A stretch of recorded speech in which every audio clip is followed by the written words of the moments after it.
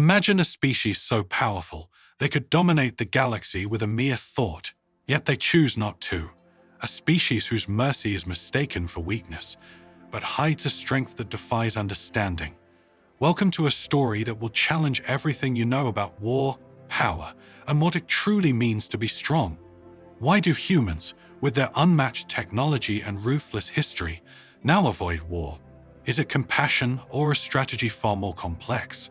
As you watch, you might find yourself questioning the very nature of strength and what it means to wield it.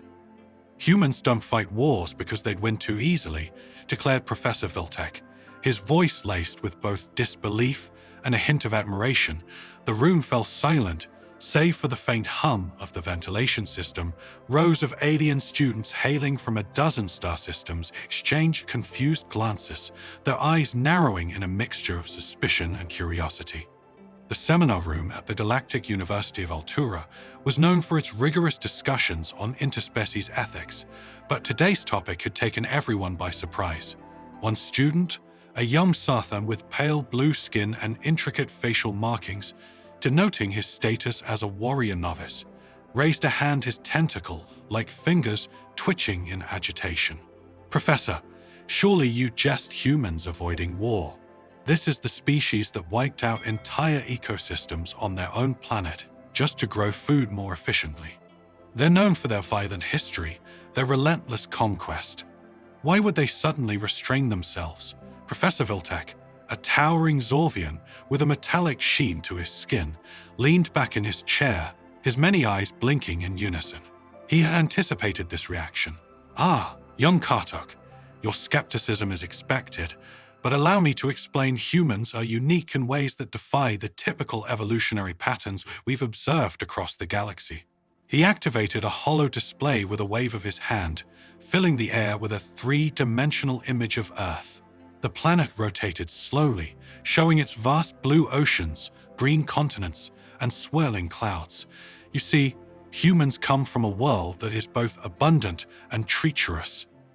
Their evolution was shaped by a constant struggle against the environment, against each other, and yet, despite their history of conflict, they have reached a point where they choose not to engage in war, even when provoked. A murmur spread through the classroom. The idea seemed preposterous. War was a natural extension of a species' desire to survive and dominate. To avoid it was to show weakness, or so many of them thought. Kutok wasn't convinced. "Professor, with all due respect, this sounds like the propaganda the Terran diplomats spread. How could a species with such advanced technology, with the capability to obliterate planets, simply abstain from using it? There's no honor in that." Viltek's eyes flashed with an intensity that silenced the murmuring. "It's not about honor, Kartok, it's about mercy." The word hung in the air, foreign and almost blasphemous to the students who had been raised in cultures that glorified battle and conquest.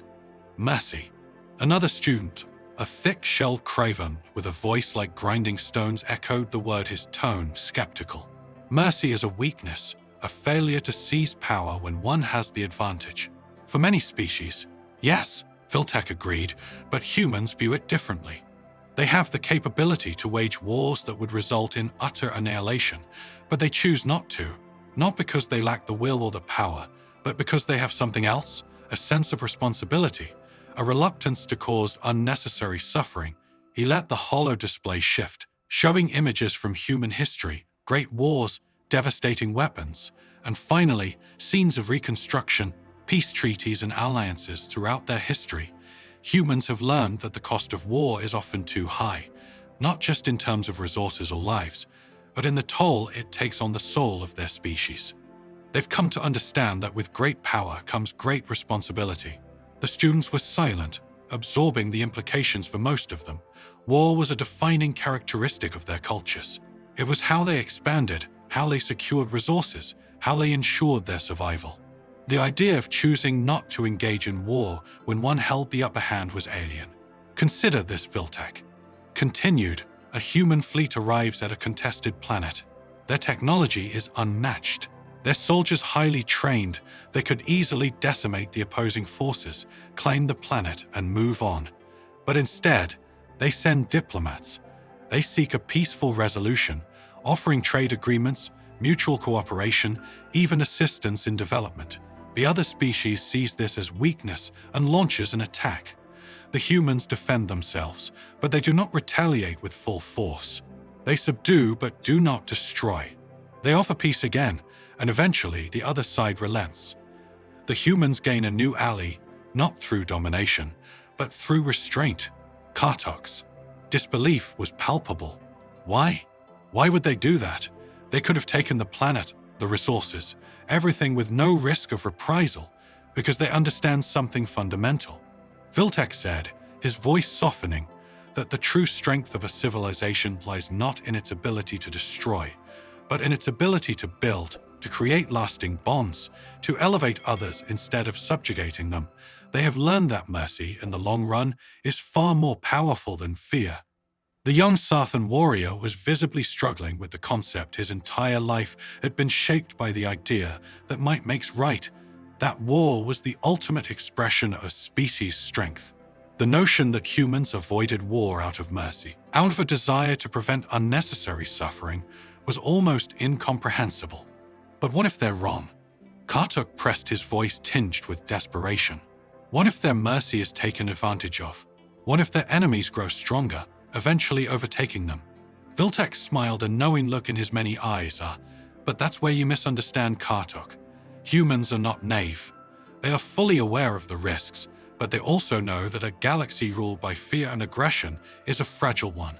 By fostering cooperation, by showing mercy, they create a network of allies who share in their vision of a peaceful galaxy. And if ever a species does rise to challenge them, well, the humans are always prepared.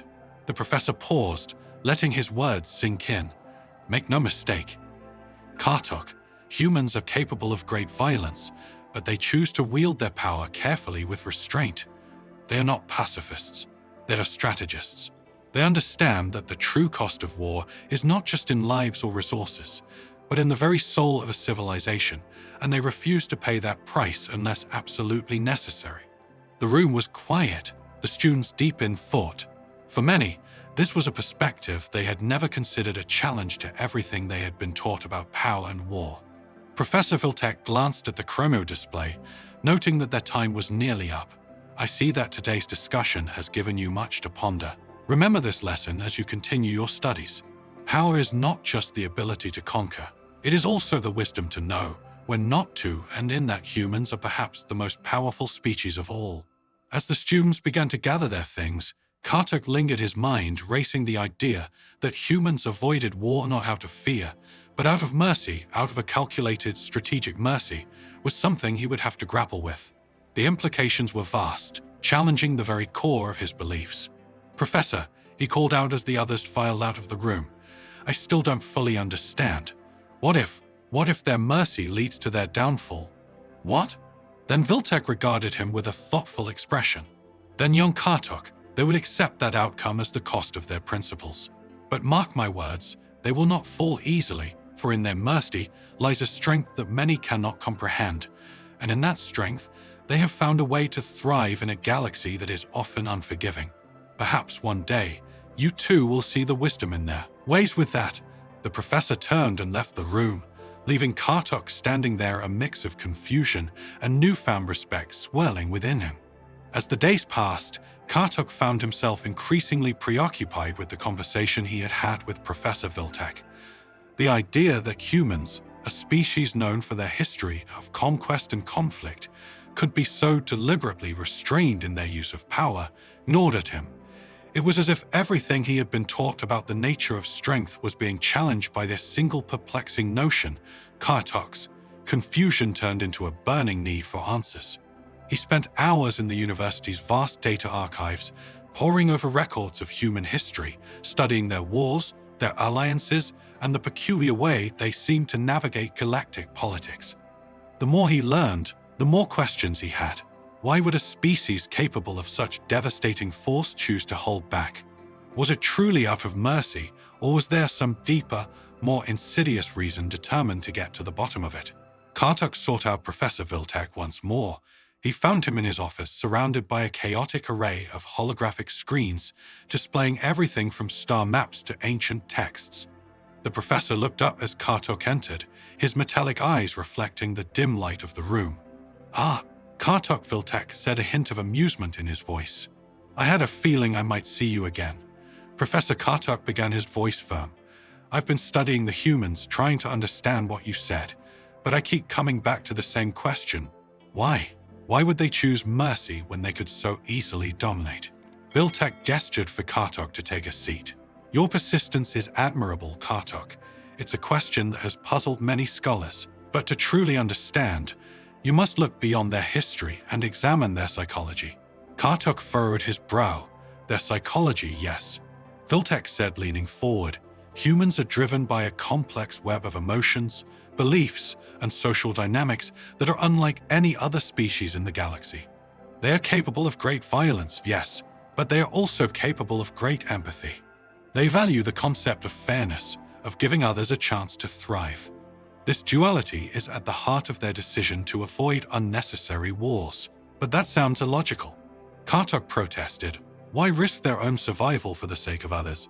Vilek smiled to understand that you must first understand their history of survival. Humans evolved on a planet full of dangers where cooperation was often the key to overcoming challenges. Over time, this cooperation became ingrained in their culture. They learned that by working together, by showing mercy when possible, they could achieve greater things than they could through conquest alone. The professor activated one of the holographic screens, displaying an image of a group of human soldiers standing shoulder to shoulder with members of other species. Consider this: when humans first ventured into the galaxy, they were met with suspicion and hostility, much like any other species. But instead of responding with overwhelming force, they sought to build alliances. They offered their technology, their resources, and most importantly, their respect. They understood that in a galaxy filled with diverse species, true strength comes from unity, not division. Kartok stared at the image, a knot forming in his chest. But doesn't that make them vulnerable? What if one of their allies turns against them? Wouldn't they be better off asserting their dominance from the start? Vilek shook his head. "They understand that there is always a risk, but they also know that by building trust, they create a network of allies who are invested in their survival.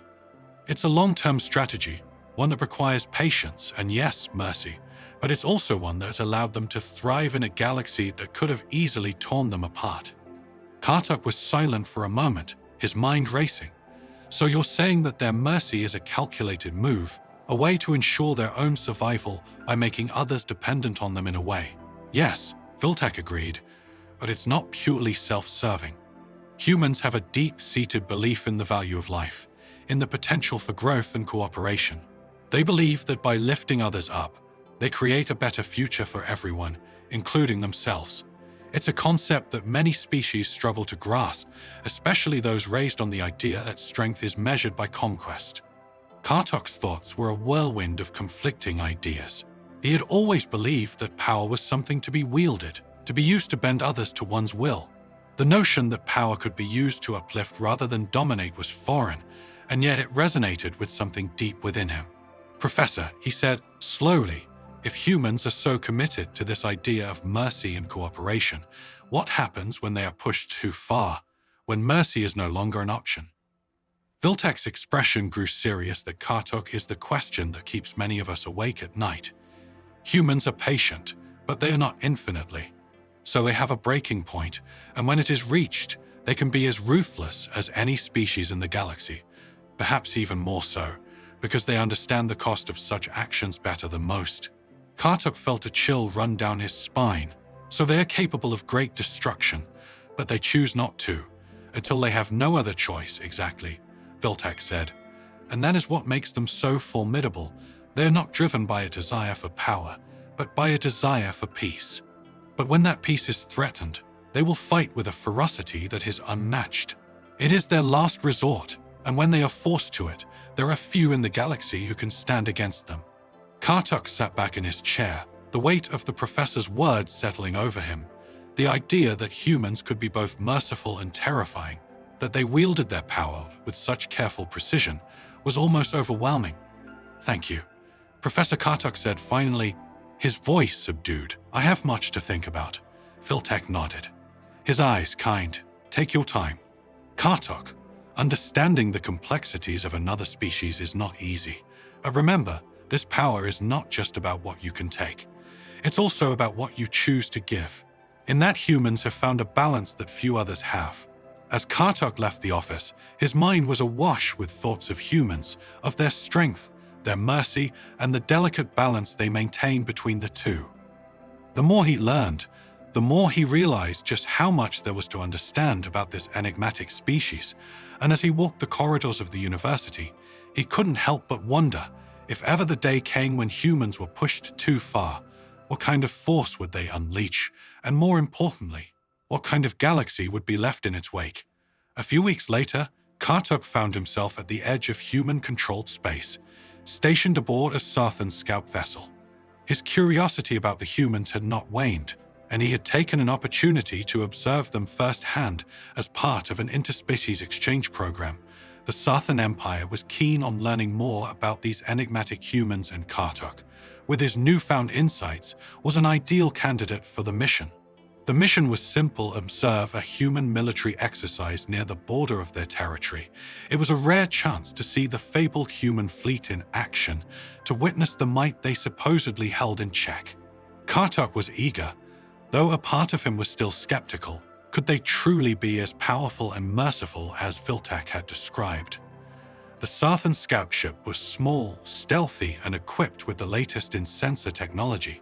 It had slipped unnoticed into the designated observation point where Kartok now sat in the command chair, eyes fixed on the massive human fleet displayed on the hollow scope. Being before him, the fleet was impressive, to say the least. 1,000s of ships, battle cruisers, frigates, carriers arrayed in perfect formation. Their sleek designs and formidable weaponry were clear even from this distance. Kartok's heart raced as he imagined the power they held, the destruction they could unleash if they chose to. But as the exercise began, something unexpected happened. Instead of simulating a full-scale assault, the human fleet executed a series of maneuvers that emphasized defense coordination and precision targeting. Their tactics were calculated, designed to minimize collateral damage and focus on disabling rather than destroying. It was a far cry from the brute force Kartok had expected. The simulation reached its climax when a simulated enemy fleet controlled by advanced AI attempted a surprise attack. The human response was swift and overwhelming, but once again, it was marked by restraint. The AI fleet was systematically neutralized, its ships disabled and captured rather than annihilated. Kartok watched in awe as the humans completed the exercise without a single unnecessary loss. It was a display of power, but also of control. Every action was deliberate, every decision measured. It was as if the humans were constantly aware of the consequences of their power, and they wielded it with an almost reverent caution. As the exercise concluded, Kartok's communicator beeped, indicating an incoming message. He opened the channel, surprised to see the face of a human officer on the screen. The officer was calm, his expression neutral. "Sarthan vessel, we are aware of your presence. Your observation has been noted," the human said, his voice steady, but with an underlying tone of authority. "We invite you to dock with our command ship for further discussion. We believe there is much our species can learn from one another."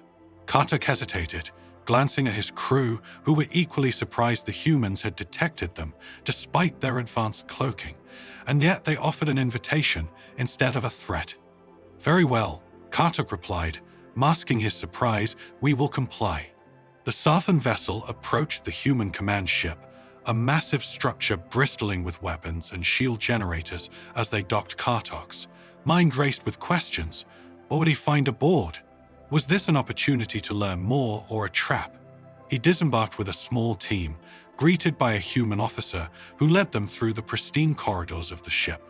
The atmosphere was calm, almost serene, a stark contrast to the tension Kartok felt within himself. They were brought to a spacious briefing room where a group of high-ranking human officers awaited them. The officer who had initially contacted them, now introduced as Admiral Laurence, gestured for them to sit. "We've been monitoring your approach." Admiral Laurence began, his tone cordial but firm. "We're aware that the Sarthan Empire has been curious about our military capabilities. We welcome your interest, but we also believe it's important to address any misconceptions.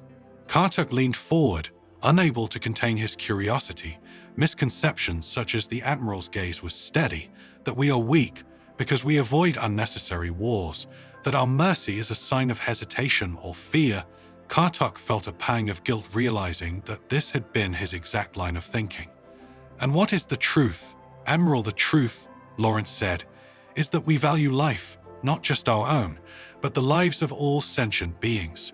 We've seen what unchecked aggression can do, both in our history and across the galaxy. We've chosen a different path, one that prioritizes peace, cooperation, and the careful use of force. He paused, letting his words sink in. But make no mistake, Kartuk, when we are forced to fight, we do so with all the power at our disposal. We do not seek war, but we are always prepared for it, and when to engage, we aim to end conflict swiftly and decisively with as little loss of life as possible. Kartuk absorbed this, the pieces of the puzzle finally falling into place. The humans were not weak, they were not naive. They were perhaps the most dangerous species in the galaxy because they understood the full weight of their actions, and they chose restraint out of a deep-seated belief in a better future. I see, Kartuk said quietly. You avoid war out of mercy, but also out of wisdom. You understand that true power is not just the ability to destroy, but the ability to choose not to. Laurence nodded, a small smile playing on his lips. Exactly. Mercy is not a weakness, Kartuk. It is the strength to see beyond the immediate, to think of the long-term consequences. It's the ability to hold back when others would not, and in that, we have found a way to thrive, to build a galaxy where cooperation is valued over conquest. Kartuk felt a deep respect for these humans, a species that had mastered the art of war, yet chose peace whenever possible. It was a lesson he would take back to the Southern Empire, one that could change the way his people viewed power and conflict. As he prepared to leave, Admiral Laurence extended a hand. I hope this exchange has been enlightening, Kartuk. Perhaps it's the beginning of a new understanding between our species. Kartuk took the hand, feeling the strength in the human's grip. It has been more than enlightening, Admiral. It has been transformative. I will return to my people with a new perspective, one that I hope will lead to a future where mercy is seen as a strength, not a weakness. As Kartuk and his team returned to their vessel, he couldn't help but feel a sense of hope. The galaxy was vast and often unforgiving, but with species like the humans leading by example, there was a chance for something greater, something beyond endless cycles of war and conquest. And as their ship departed from the human command ship, Kartuk looked back at the fleet one last time. He understood now that true power was not just in the ability to wage war, but in the wisdom to choose peace. You've just glimpsed a world where mercy is more powerful than fear, where the might of humanity lies not in destruction, but in the wisdom to choose peace. But what if this mercy is pushed too far? Could this restraint become their greatest vulnerability or their ultimate strength? The answers may not be what you expect. Join us again on SciFi Humanity as we continue to unravel the mysteries of the most unpredictable species in the galaxy. Don't forget to like, subscribe, and let us know your thoughts below, because the conversation is just beginning.